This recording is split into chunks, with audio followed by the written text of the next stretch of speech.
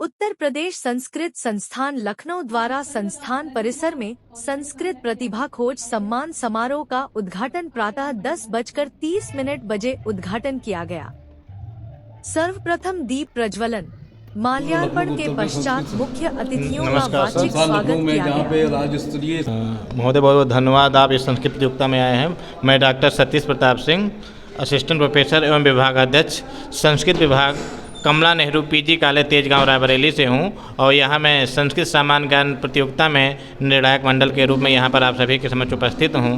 ये प्रतियोगिता निरंतर 3 वर्षों से संचालित हो रही है, जिसमें संस्कृत के ही नहीं अपितु विभिन्न विषयों के ज्ञान विज्ञान विषयों के सामाजिक विषयों के छात्र भी अपनी रुचि के अनुसार हिस्सा ले रहे हैं कि जिससे कि संस्कृत को बढ़ावा मिल सके। क्योंकि एक सामान्य व्यक्ति के भ्रम में संस्कृत एक कर्मकांड की भाषा नहीं है, अपितु ज्ञान विज्ञान की भाषा भी है।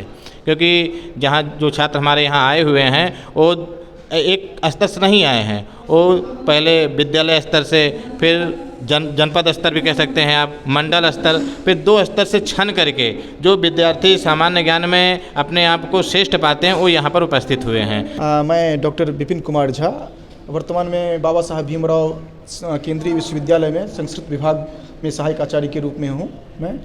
और मूल रूप से संस्कृत को लेकर के हम गुरुकुल से इलाहाबाद यूनिवर्सिटी, JNU और IIT बॉम्बे का हमने सफ़र तय किया है और हमारी PhD कंप्यूटेशनल लिंग्विस्टिक्स पर रही है, जिसको लेकर के छात्रों में जागरूकता देना यह मुख्य रूप से हमारा उद्देश्य रहा है।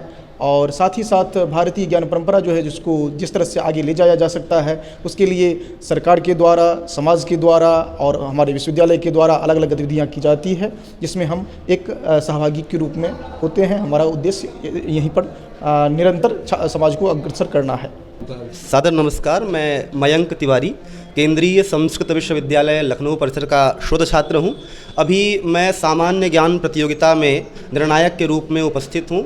सामान्य ज्ञान प्रतियोगिता संस्कृत साहित्य, संस्कृत व्याकरण, संस्कृत दर्शन इत्यादि विषयों से जो सामान्य प्रश्न हैं, ऐसे प्रश्नों को पूछ करके बच्चों में संस्कृत के ज्ञान के प्रति जो रुचि है, उस रुचि के स्तर को मापा जाता है।